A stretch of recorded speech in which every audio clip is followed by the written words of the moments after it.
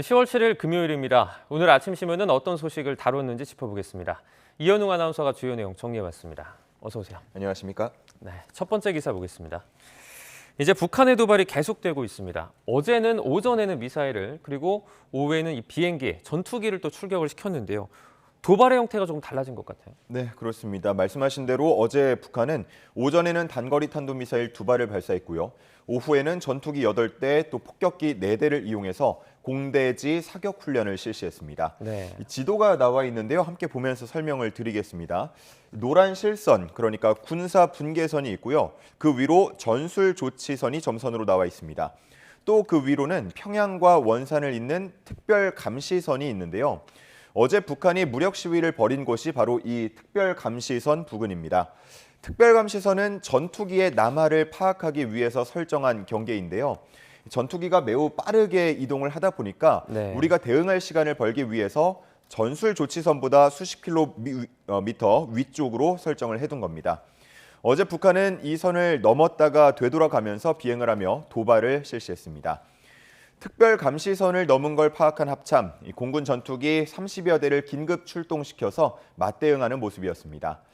북한이 이렇게 군용기를 동원해서 도발에 나선 거는 2012년 10월 전술 조치선을 넘어서 비행한 이후 10년 만이었다고 합니다. 전문가들은 이번 도발에 특히나 주목하고 있는데요. 북한이 현대화에 실패하고 또 절대적으로 열세로 평가받는 공군 전력까지 도발에 활용했다는 점을 이례적이라고 평가하고 있습니다. 북한은 또 항공유도 부족한 걸로 분석이 되고 있는데요. 이렇게까지 나오는 건 향후 도발 수위를 더 높일 수 있다는 상징적인 의미라고 해석하기도 합니다.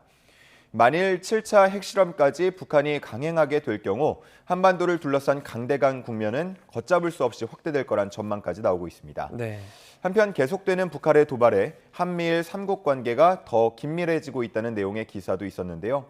특히 최근 일본 상공을 넘어서 발사된 IRBM을 계기로 한미일 공조가 더욱 강화됐다고 평가받고 있습니다. 네, 다음 기사입니다.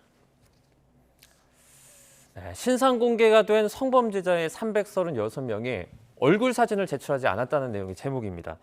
사진을 보고 실물로 봐도 좀 헷갈리는 경우가 많지 않습니다. 근데 이렇게 사진을 제출하지 않으면 좀 어떡하나 싶은데 관리가 잘 안 되고 있는 겁니까? 네, 경향신문 기사 함께 보실 텐데요. 지난 8월 기준 신상정보 등록 대상자가 11만여 명 정도 됐다고 합니다. 네. 이들은 확정 판결이나 출소 30일 이내에 자신의 거주지, 직업, 또 사진 같은 것들을 거주지 관할 경찰서에 등록하도록 되어 있습니다. 그리고 이사를 가거나 정보가 변경되면 또 20일 이내에 사유와 변경 내용을 제출해야 하고요. 연 1회 관할서에 출석해서 사진도 촬영하도록 되어 있습니다. 네. 하지만 이를 위반해서 형사 입건된 경우가 지난 8월 기준 3,200여 명 됐다고 합니다. 이 중에 사진을 등록하지 않은 경우가 앞서 말씀해 주신 대로 336명이었는데요. 네. 이게 8월까지만 수치인데도 이미 작년에 2배 이상 수치가 나왔습니다. 이에 대해서 전문가들은 신상정보 공개 대상자 관리 시스템을 일원화할 필요가 있다고 지적하고 있었는데요. 지금은 신규 등록자 관리는 법무부가 맡고 있고요. 공개 고지는 여가부에서 또 등록 위반자 관리는 경찰청에서 맡아서 하고 있는 상황이었습니다. 네, 다음 기사 보겠습니다. 전동 킥보드 관련 내용인데요. 최근에 한 중학생이 이 전동 킥보드를 몰다가 한 70대를 들이받아서 사망까지 이르게 하는 사고가 있었는데요. 이 관련 사고가 참 많은 것 같아요. 그렇습니다. 조선일보 기사 함께 보실 텐데요. 킥보드 사고로 인해서 구급차로 병원에 옮겨진 사람이 2020년에는 3,700여 명이었다가 2021년 지금 중간 그래프인데요. 5,200여 명까지 크게 늘었고요. 올해는 지금 좀 준 것처럼 보이지만 사실은 7월까지 수치입니다. 3,500여 명 수준까지 나타나고 있습니다. 네. 하루로 치면 17명이 킥보드로 인해서 병원행하고 있는 건데요. 킥보드로 인한 사망자와 부상자 수도 2020년에 비해서 작년에는 모두 2배 안팎으로 크게 늘어난 모습이었습니다. 사고 유형도 다양하게 나타나고 있었는데요. 무면허, 음주, 역주행, 뺑소니 등등 얼마나 경각심이 낮은지 보여주는 사례였습니다. 네. 사고는 주로 10대와 20대에 집중되고 있다고 했는데요. 면허가 없기 때문에 안전수칙을 잘 알지 못하는 경우도 많았다고 하고요. 그저 흥미로 타다 보니까 사고가 이렇게 많이 나고 있다고 합니다. 킥보드 운영 업체들 역시도 사전에 면허 소지 여부를 제대로 확인하지 않는 걸로 나타났다고 하고요.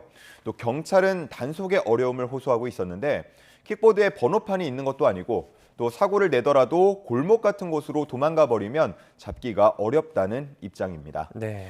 이에 대해서 속도를 20km까지 제한하자는 의견도 나오고 있고요. 또 킥보드를 별도의 교통수단으로 법제화해서 따로 관리할 필요가 있다는 의견도 나오고 있었습니다. 네, 이제 걷거나 또는 운전을 하다 보면 특히 뭐 비보호 좌회전 같은 경우에 좀 위험한 경우 한두 번씩은 있을 겁니다. 조금 더 좀 철저한 관리가 필요해 보입니다. 다음 기사입니다. 네, 역시나 최근에 자주 저희가 접하고 있는 기사 중에 하나입니다. 지금 늘어나는 교권 침해 관련해서 보험에 가입하는 교사들이 많다고요? 네, 그렇습니다. 동아일보에 나온 기사인데요. 좀 눈에 많이 띄었습니다. 교권 침해 보험이라고 혹시 앵커는 들어보셨나요? 너무 생소합니다, 이 내용. 네, 저도 이 기사를 통해서 개인적으로 처음 알게 됐는데요. 네. 특약으로 가입이 가능하다고 합니다. 월 2,000원 정도라고 하고 이 교권 침해 사실을 인정받게 되면 최대 100만 원의 보험금을 받을 수 있도록 설계된 특약입니다. 최근 교권 침해가 늘면서 보험 가입자 수도 증가하고 있는데요. 지금 중간에 나온 그래프를 보면 2018년부터 꾸준히 이 보험 가입자가 증가하는 걸 볼 수 있고요. 올해 9월까지 누적 7,000명이 이 보험 특약에 가입했다고 합니다. 네. 가입자 성별을 보면요. 여성이 약 74%, 남성이 26% 정도로 여성 가입자 비중이 더 컸습니다. 이런 상황에 대해서 교육계에서는 교권 침해에 대해 교사 개인이 사보험으로 대비할 수밖에 없는 현실이 문제라고 지적하고 있었습니다. 지금도 물론 공적으로 병원비나 소송비를 구제받을 길이 전혀 없는 건 아니지만 범위나 금액이 제한적이고요. 또 조건도 까다로워서 실효성이 떨어진다는 반응이었습니다. 교육부 관계자는 이에 대해서 보상 범위를 늘리는 방안을 함께 논의하고 있다고 답했다고 합니다. 네, 이제 교권 침해 보험이 있다는 게 이 교권 침해 자체가 얼마나 많고 또 문제가 되는지 좀 여실히 보여주는 것 같습니다. 맞습니다. 다음 기사입니다. 네, 앞으로 이제 쓰레기 매립이 금지가 되면서 이 소각장의 필요성이 정말 커지고 있습니다. 부지 선정을 두고요, 각 지역별로 좀 나뉘고 있는 모습인데요. 기사는 어떻게 다뤘습니까? 네, 2026년부터 이제 수도권에서 쓰레기 매립이 금지되고요. 비수도권 역시도 2030년부터는 쓰레기를 묻을 수가 없습니다. 네. 그러면서 소각장 설치가 필요한 지역들이 생겨나고 있는데요. 이 부지 선정이 원만히 이루어지는 지역도 있고요. 또 곳에 따라서는 큰 반발이 있는 곳도 있습니다. 서울시는 지난 8월 마포구 상암동을 추가 소각장 후보지로 선정했죠. 인근에 주택이 없고 예정지가 시 소유 땅이란 점 등이 반영된 결과였습니다. 하지만 마포구 주민들 거세게 반대하면서 현재 갈등이 빚어지고 있습니다. 사진에서처럼 시위도 벌이고 있고요. 네. 한편 제주의 경우에는 마을 세 곳이 서로 우리 마을에 설치를 해달라라면서 경쟁을 했다고 하는데요. 기사에서는 통 큰 당근, 파격적 인센티브라고 그 이유를 표현하고 있었습니다. 주민 편익 시설을 설치하고 매년 폐기물 반입 수수료의 10%를 주민 지원 기금으로 조성한다는 내용 등이 담겨 있었습니다. 전문가들은 이러한 인센티브 외에도 이웃 자치단체 간 이런 환경 관련 시설을 분담할 필요가 있다고 말하고 있었는데요. 네. 소각장을 두기로 한 지역이 있다면 그 인근에 음식물 처리 시설, 또 재활용 처리 시설 이런 것들을 서로 맡아서 순환 체계를 갖춰야 한다는 의견이었습니다. 네, 다음 기사입니다. 이제 오펙 플러스가 하루 원유 생산량을 200만 배럴 감산하기로 합의를 했습니다. 유가가 좀 요동칠 것 같은데 기사는 어떻게 다뤘죠? 네, 그렇습니다. 이번 결정은 시장의 예상치를 훨씬 웃도는 수준이라고 평가를 받고 있습니다. 네. 기사에서는 각국이 각자 도생 전략을 내놓고 있다고 했는데요. 먼저 미국의 경우는 오펙 플러스의 근시안적 결정에 실망했다면서 반발했습니다. 기사에서는 이번 감산 결정으로 인플레이션이 더 심각해진다면 중간 선거에서 바이든의 발목을 잡을 수도 있다고 했는데요. 네. 그래서 현지 언론들은 가격 안정을 도모하기 위해서 미국이 원유 수출 제한 카드를 꺼내들 가능성도 있다고 전망하고 있었습니다.